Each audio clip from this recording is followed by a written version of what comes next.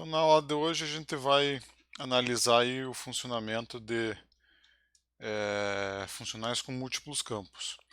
Isso vai ser especialmente útil para a gente em mecânica dos sólidos, para problemas do tipo da viga de Euler, de viga de Timoshenko. Então, antes da gente entrar na parte da análise dos funcionais, vamos pegar aqui, vou pegar e apresentar para vocês o modelo de viga de Timoshenko. Vamos ressaltar as principais diferenças com o modelo de viga de Euler-Bernoulli e em seguida a gente passa para análise do funcional. Tá? Tem as equações diferenciais e as condições de contorno. Então vamos começar lá. Então basicamente o que a gente vai fazer aqui é construir o modelo de viga de Euler-Bernoulli, de viga de Timoshenko.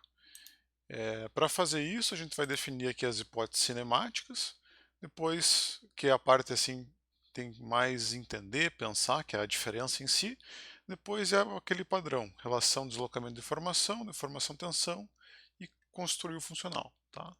Então a parte assim, diferente mesmo seria o desenvolvimento das hipóteses cinemáticas. Então vamos ver o que muda aí da viga de Timoshenko. A ideia da viga de Timoshenko é em levar em conta a deformação por cisalhamento. Então, para fazer isso, o que vai acontecer? Vamos começar aqui com a primeira hipótese. Conforme a viga de Bernoulli, tudo acontece no eixo x e y. Então, o que interessa para a gente, o que são? É o deslocamento u, que seria o deslocamento horizontal, e o eixo y, que é o deslocamento vertical. Tá? Então, os componentes w, que seriam os deslocamentos no eixo z, tudo que tem ou z ou w vai ser nulo, tá fora aí do nosso modelo, ele não consegue representar esse tipo de coisa. Então vamos para a diferença mesmo aí entre viga de Bernoulli e de Timoshenko. A viga de Timoshenko ela leva em conta, de forma simplificada, a deformação por cisalhamento. Então, o que acontece naquela hipótese básica das seções planas? Se eu pegar uma seção plana aqui, se eu desenhar uma linha reta numa viga de Timoshenko e aplicar o carregamento, o que vai acontecer? Após o carregamento, a estrutura vai se deformar, essa seção vai continuar plana, mas ela não mais vai ser perpendicular ao eixo longitudinal da viga. Tá? Então vai haver uma deformação angular. Então a ideia é que, para uma viga de Timoshenko, essa estrutura deformada seria essa linha pontilhada aqui. Tá? Para a viga de Bernoulli, para a viga de Timoshenko vai haver uma deformação adicional, ou seja, essa deformaçãozinha angular aqui. Tá? Essa deformaçãozinha angular vai fazer com que o ângulo entre a seção plana e o eixo longitudinal deixe de ser 90 graus. Tá? Então, qual que é a consequência disso? A rotação total, que a gente vai chamar de φ, para uma viga de Timoshenko, a rotação total vai ser diferente da derivada de v em relação a x. Tá? Então a gente vê aqui que para a viga de Bernoulli, que seria aquela linha pontilhada, o ângulo entre a seção transversal e a longitudinal é 90 graus. Agora para Timoshenko deixa de ser. Tá? Então ela não necessariamente continua perpendicular ao eixo longitudinal. Essa é a grande diferença entre as duas. Para isso ser possível, o que o Timoshenko fez? Agora ele tem que incluir um segundo campo a ser aproximado, que é exatamente o campo lá da rotação total φ. Então esse φ que vai depender de x também vai ser uma função a ser aproximada. Então para a viga de Timoshenko a gente vai ter que aproximar a função de deslocamento vertical e vai ter que aproximar a função φ, que é a rotação total da seção transversal. Beleza? Então notem que a rotação total, que é o φ aqui, ele vai ser o quê?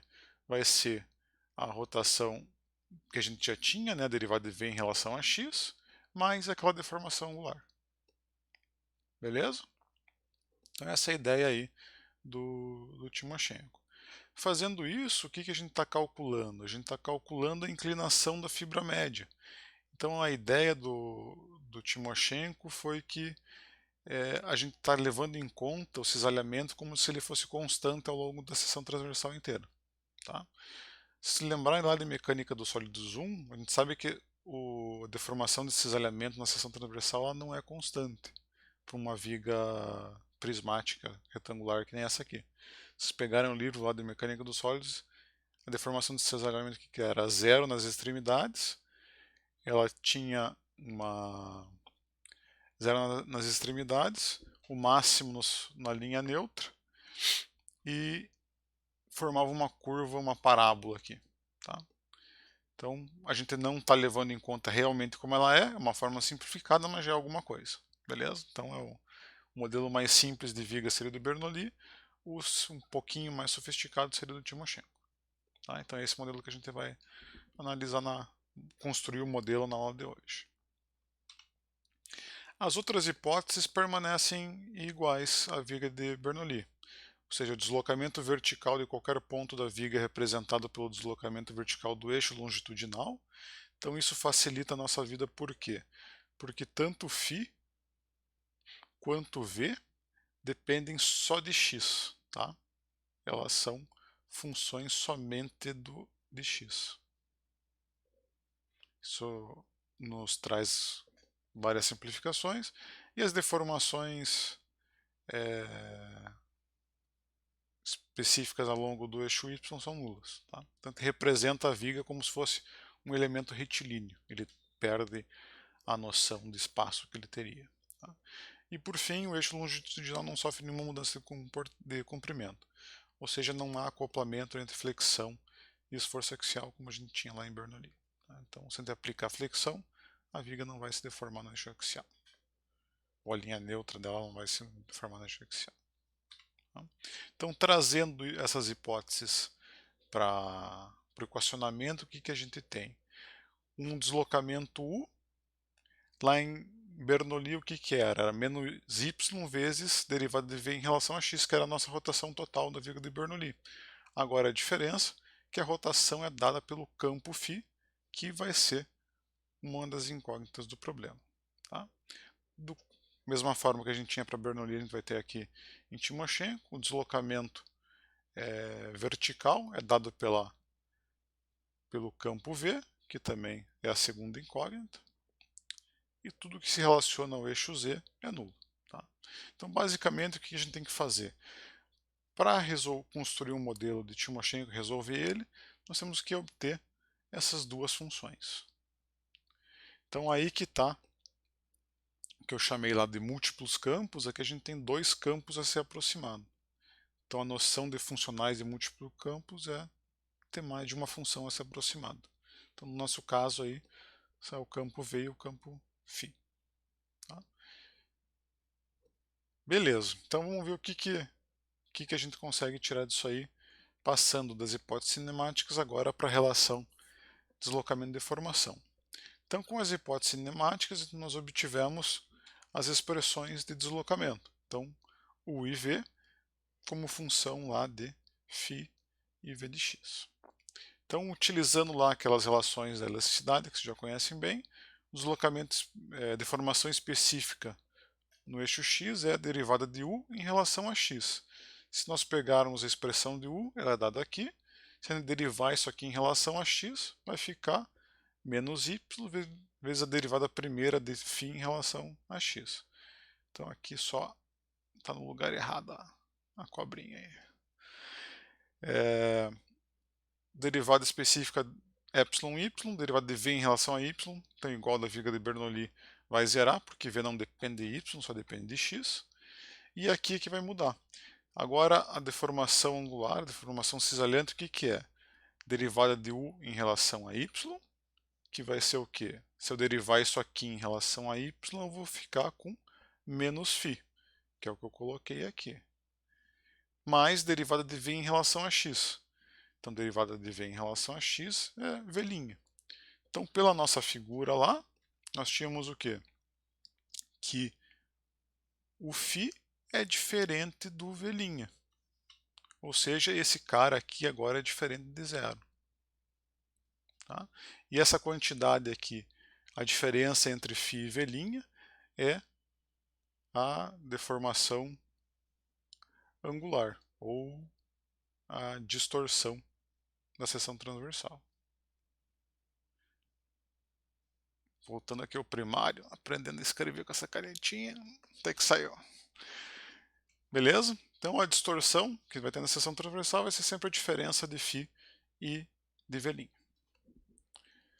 Obtivemos então a relação de deslocamento e deformação, passamos para a relação constitutiva. Agora tensão e deformação. Então a lei de Hooke generalizada, a gente tinha o quê? Que a tensão em x é E vezes εx. Então simplesmente vamos só multiplicar um E aqui na expressão. E agora a gente vai ter tensão cisalhante, que seria o módulo de elasticidade transversal, o G, vezes a deformação angular, a distorção angular lá. Beleza? Que seria a diferença entre φ e V'.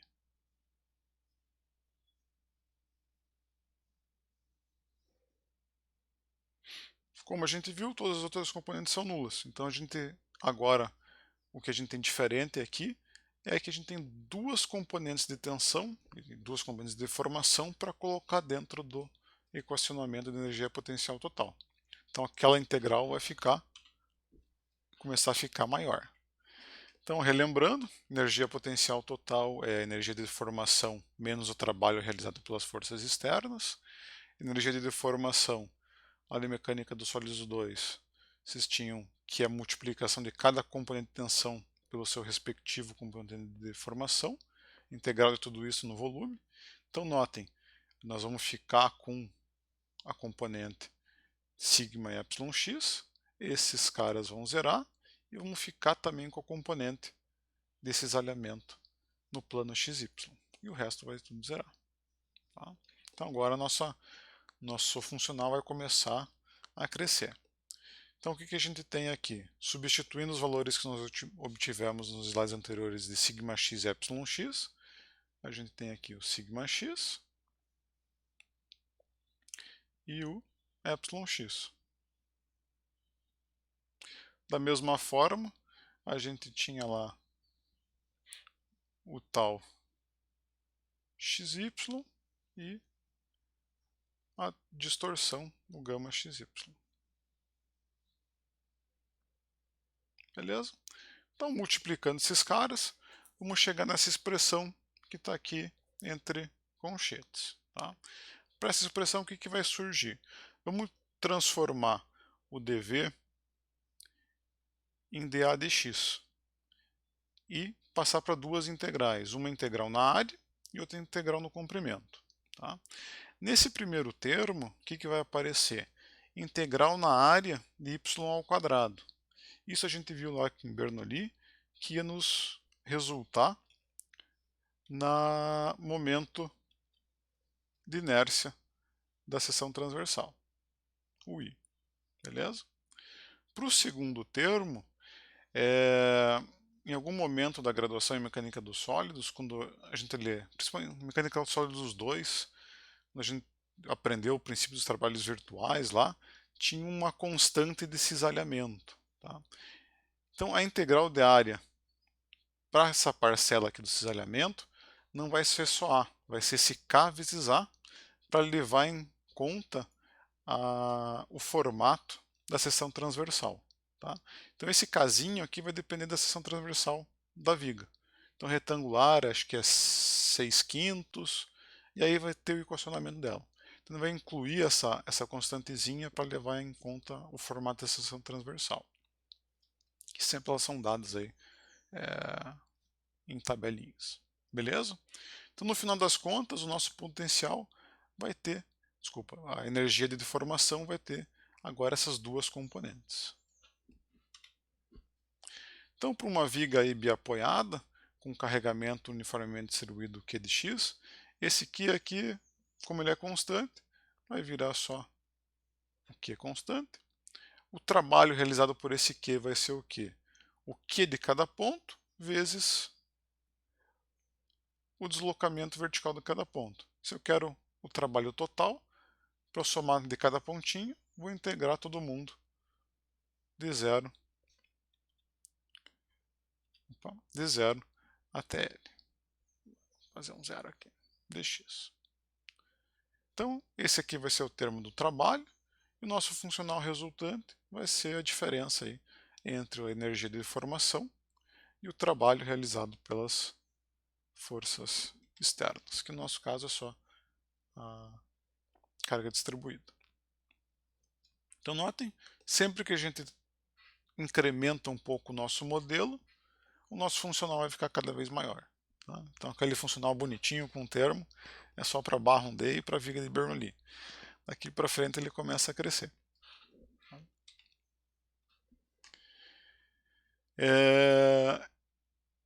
Qual que é a diferença desse funcional em relação aos outros que a gente viu até agora? Agora ele depende de dois campos diferentes. Ele depende de V e de φ. São dois campos independentes. Tá? Então, para a gente conseguir fazer a primeira variação desse funcional ser nula, o que a gente vai ter que fazer? Vai ter que aplicar a variação em relação a V igual a zero, em relação a φ igual a zero. Quem fez o curso de otimização lá no trimestre passado seria a mesma ideia quando você tem um problema lá com várias variáveis. Você vai fazer a derivada, que é o variacional, em relação a cada variável ser nula. Beleza? Então essa seria a grande novidade para a aula de hoje. Então vamos ver como é que funciona essa questão de você fazer a variação em relação a cada campo. Como é que ele vai funcionar. Então vamos começar aqui pela variação do funcional em relação a V, ao campo V. Então se eu aplicar a variação em relação a V do funcional, eu vou ter variação, operador variacional aplicado à integral. Como nós vimos na aula passada, variação da integral é igual à integral da variação. Opa, esse cara entrou aqui na integral. Aplicando aquela propriedade distributiva, variação de uma soma é igual à soma das variações. Então esse cara vai ser aplicado no primeiro termo, como KAG, se eu aplicar nesse primeiro termo, o que eu vou ter? E sobre 2 φ ao quadrado. Notem que a variação em relação a V. Esse termo não contém V, ou seja, a variação vai ser nula. Aplicando a variação agora no segundo termo, eu vou ter a constante, KAG sobre 2, e dentro do parênteses que está ao quadrado eu tenho φ, eu tenho V, o V'. Então vai me sobrar aqui variação de menos φ mais V' ao quadrado. Vou ter que resolver esse cara, e para o terceiro termo vai ficar Q vezes variação de V. Beleza? Então a ideia é assim, quando você está fazendo a variação em relação a um campo, se o termo não contiver esse campo, como a derivada vai ser nulo. É que nem tirar a derivada em relação a y de x. Se x não depende de y, aquela derivada é nula. A mesma forma funciona para a variação. Então, aplicando aquela propriedade do operador variação de alguma coisa entre parênteses ao quadrado, o que eu faço? Eu vou descer esse 2, tá? Então ficaria 2 vezes KAG sobre 2. Então esse 2 corta com o 2 de baixo. Eu repito o que está dentro do parênteses, ou seja, fico com esse termo, vezes a variação do que está lá dentro em relação a V. Então, se eu fizer variação de φ em relação a V é 0, eu sobro então com variação de V' em relação a V, menos Q vezes variação de V em relação a V. Tá? Aqui a gente torna para... O que a gente vai fazer? Vai pegar esse cara igualar a 0 e substituir as variações das funções em relação às definições dela. Então, por exemplo, variação em relação a V de V', que é lambda vezes neta V'. variação de V em relação a V é lambda vezes neta-V. Substituindo esses caras, eu chego nessa expressão aqui embaixo. Então, eu substituí variação de V' em relação a V por lambda neta' V e de forma análoga lá para a variação de V. Como todos os termos têm o lambda multiplicando, ele vai ser eliminado da equação. E eu chego nesse formato aqui para a minha primeira variação do funcional em relação a V ser nula. Aqui começa a entrar em jogo aquelas integrações por partes. Notem que o primeiro termo é em função de neta' e o segundo termo em função de neta. Então o que a gente vai fazer? Vai aplicar a integração por partes no primeiro termo para passar essa diferenciação daqui para cá, para ter os dois termos em função de neta' e poder isolar o neta da integral. Tá? Então vamos fazer isso no próximo slide. Vamos pegar o primeiro termo e fazer a integração por partes dele. Então, fazendo a integração por partes dele, onde que a gente vai chegar? Vai aparecer o termo no contorno, que seria aquele termo simplesmente tirando o linha do neta-v, vai ser avaliado em 0 e L, menos a integral de 0 até L da derivada primeira em relação a x do primeiro termo, que é o que está aparecendo aqui, vezes o segundo termo sem a derivada primeira. Beleza? É onde a gente queria chegar. Então, o que a gente tem aqui dentro? Derivada em relação a x de menos φ mais v', vai ficar o quê? Menos φ' mais v'. Então, vamos pegar esse cara e voltar lá para a nossa primeira variação nula. Então, fazendo isso, eu tenho aqui a expressão de baixo. O que eu fiz? Eu peguei, coloquei o neta-v em evidência, e ele está multiplicando quem? O termo da integral que veio da integração por partes, o menos kg vezes menos φ' mais v', e o menos q, que já estava lá dentro da integral. Mais o termo que apareceu durante a integração por partes. Tá? Então a gente vai ver no próximo slide que esse cara aqui vai nos resultar na primeira equação diferencial da viga, e esse segundo cara vai resultar nas condições de contorno. Então, detalhando um pouco mais esses termos, a gente tem aqui a primeira equação diferencial da viga.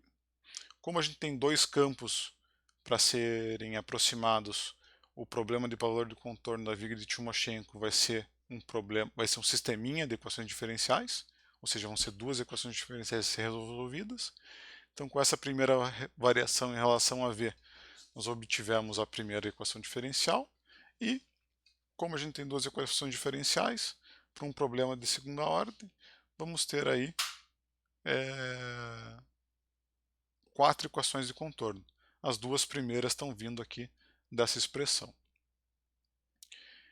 Então, o primeiro termo nos dá a primeira equação diferencial, o segundo termo ele vai zerar, porque ele está vinculado às condições de contorno essenciais. Então, notem aqui, se eu avaliar o neta-v em 0 ou em L, eles devem ser nulos porque dizem respeito aos deslocamentos verticais em x igual a 0 e em x igual a L. Então, representando aí as condições de contorno essenciais do problema. Beleza? Então, dessa primeira variação, ou da primeira variação do funcional em relação a V, tiramos uma das equações diferenciais e duas das condições de contorno. No caso aqui, as duas condições de contorno essenciais do problema. Continuando, o que a gente vai ter que fazer? Repetir agora o mesmo procedimento, fazendo a variação do funcional em relação ao segundo campo, que seria o campo φ, a rotação total. Então, o que a gente vai pegar?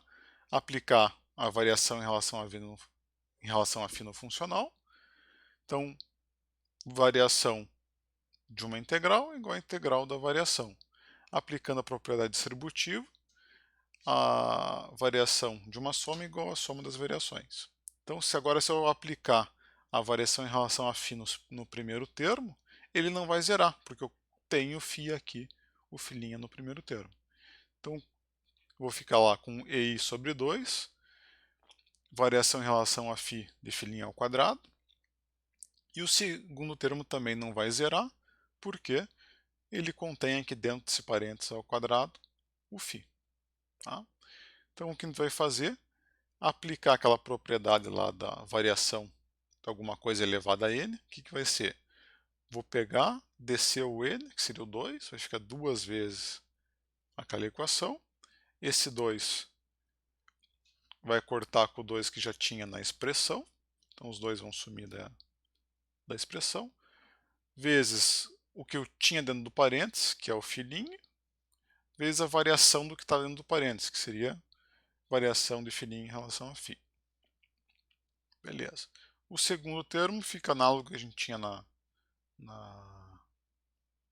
no caso anterior, só que aqui fica, ao invés de ser variação de V' em relação a V, vai ficar variação de φ em relação a φ. Tá? Então, nesse caso, o que a gente vai fazer? Vamos substituir as variações pela definição. Então, por exemplo, variação em relação a φ do φ' vai ser lá lambda vezes neta φ',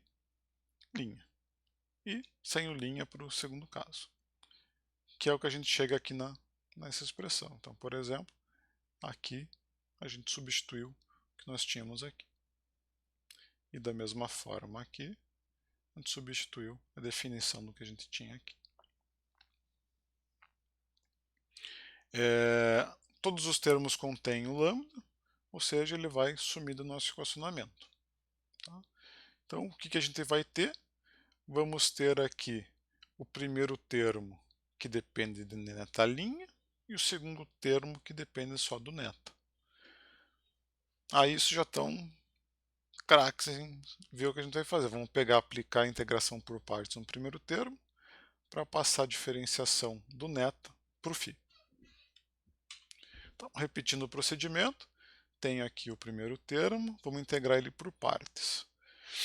Então, integrando por partes, vou ter o quê? Vai aparecer o termo no contorno, que seria o que eu tinha dentro da integral, só que lá no neta eu não tenho mais o linha, menos o quê? A derivada em relação a x do termo do φ, vezes o neta sem a linha.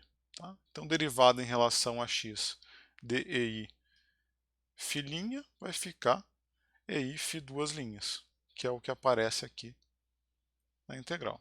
Tá? Então, voltando esses caras lá para a minha definição, eu vou ficar com menos EI φ duas linhas, menos KG, que multiplica a distorção na seção transversal, que é o menos φ mais V'. Tudo isso eu consegui colocar agora o neta em evidência, e mais o que apareceu no meu contorno. Beleza? Então, o que a gente vai ter aqui? Como a gente tinha no caso anterior, para essa igualdade ser válida, os termos todos têm que zerar individualmente. Então, a integral tem que zerar e o termo do contorno tem que zerar, um independente do outro. Para a integral zerar, esse cara aqui vai ter que ser igual a zero. Por quê? O neta pode ser qualquer caminho admissível, então eu não tenho como garantir que alguma coisa vezes a integral de alguma coisa vezes ele seja igual a zero, a não ser que essa alguma coisa seja nula. Então, dessa forma, a gente tira aqui a segunda equação diferencial da viga de Bernoulli, da viga de Timoshenko, e aqui, desse segundo termo, a gente tira as outras duas condições de contorno. Beleza? Então, essa é a ideia aí que a gente vai seguir. Então, conseguimos a segunda equação diferencial do problema do valor do contorno da viga de Timoshenko. E aqui, nesse caso, a gente vai ficar com as duas, conseguir as outras duas condições de contorno. Nesse caso, vão aparecer as condições de contorno naturais do problema, ou seja, para a viga bioapoiada, seria o momento nos apoios serem nulos. Então, se a gente for ver para a expressão que aparece aqui, nós teríamos o que? EI filhinha, por exemplo, em 0, vezes o neta 0, tem que ser nulo. Tá? O neta 0 pode ser qualquer coisa, porque a rotação nos meus apoios é diferente de 0.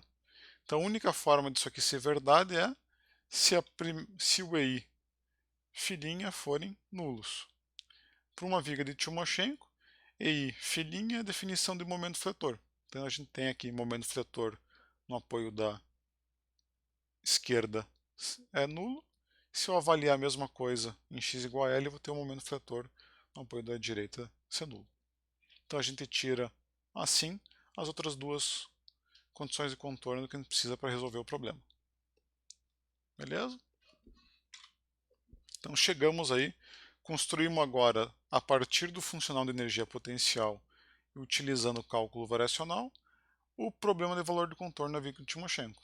Então notem que nós chegamos num sistema de equações diferenciais para serem resolvidos, no domínio da viga que vai de 0 até L, com, nesse caso, duas condições de contorno essenciais, ou seja, os deslocamentos nos dois apoios serem nulos, e as condições de contorno naturais, o momento nos dois apoios são nulos.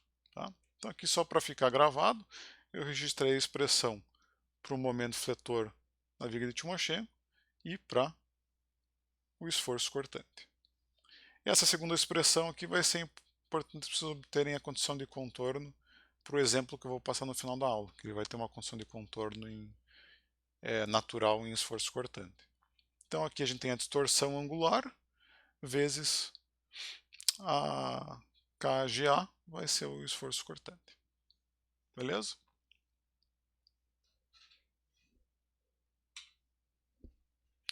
Então, quando for resolver o problema, nós vamos ter que dar um jeito de aproximar ou calcular exatamente esses dois campos, as duas funções, função V e função V, que satisfaçam aquelas duas, o sisteminha de equações diferenciais que nós geramos e as condições de contorno essenciais e naturais. Tá? Então esse é o caminho aí da viga de Timoshenko.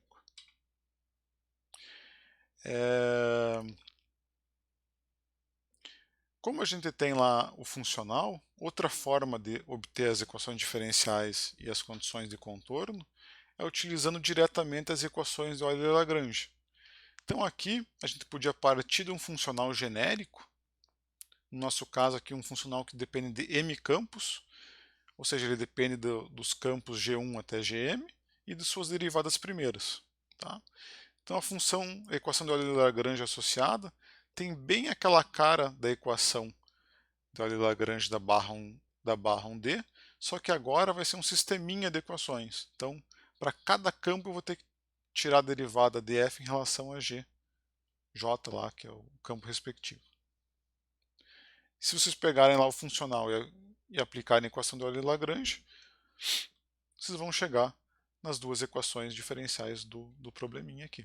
Tá? Então, em outras palavras, se a gente voltar para o funcional da energia potencial da viga de Timoshenko, se vocês aplicarem esse cara, chamarem lá o V, por exemplo, de G1 e o φ de G2, se vocês aplicarem esses caras aqui, por exemplo, derivada parcial de V em relação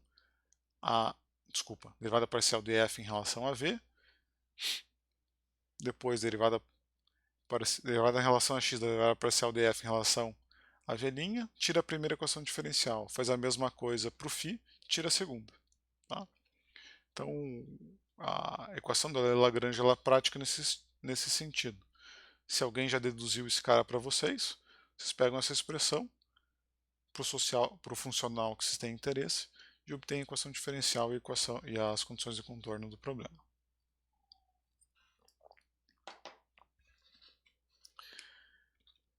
Então, com o que a gente tem de principais resultados aqui?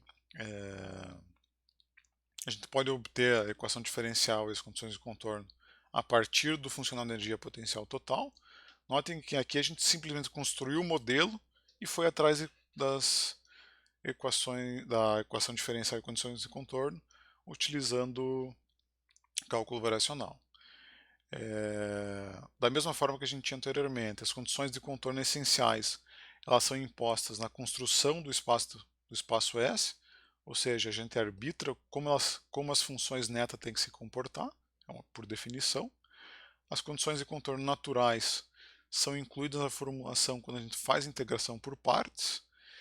E, mais uma vez, aqui essa familiaridade com a utilização do operador variacional vai ser bem útil quando a gente for formular os problemas utilizando o princípio dos trabalhos virtuais. A gente vai ver que fica bem fácil de construir as soluções aproximadas, utilizando a notação matricial.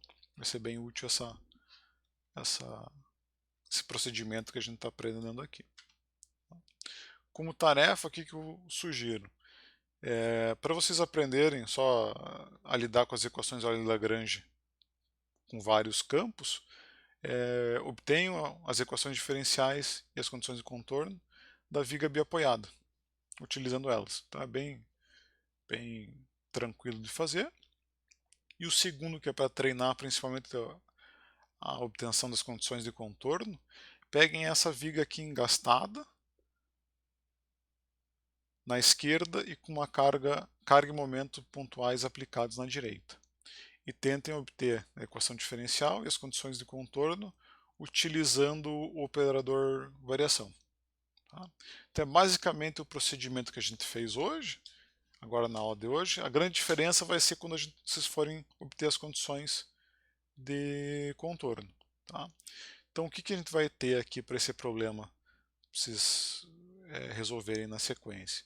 Como condição de contorno essencial, a gente vai ter que o deslocamento vertical em x igual a zero é nulo, e a gente vai ter que a rotação em x igual a zero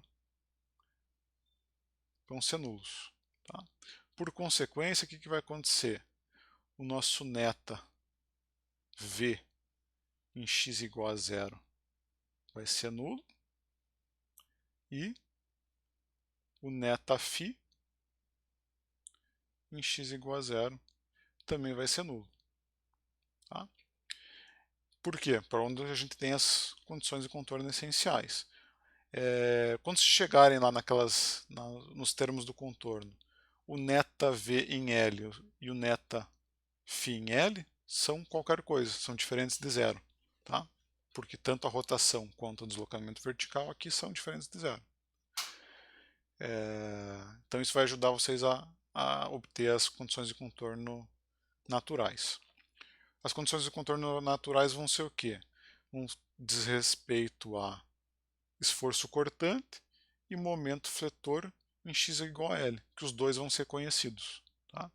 Então, daquela equação que a gente tinha lá, o momento fletor vai ser EI φ' em x igual a L, e o esforço cortante vai ser lá KGA vezes menos φ em L mais φ' em L, vai ser igual ao esforço cortante. Beleza? Então com isso aqui vocês tentem resolver, e acho que com escrever aqui no quadro vai ficar tranquilo de vocês obterem os resultados. Então, com essa matéria aqui a gente fecha essa parte expositiva da aula e passamos aí para as dúvidas, comentários.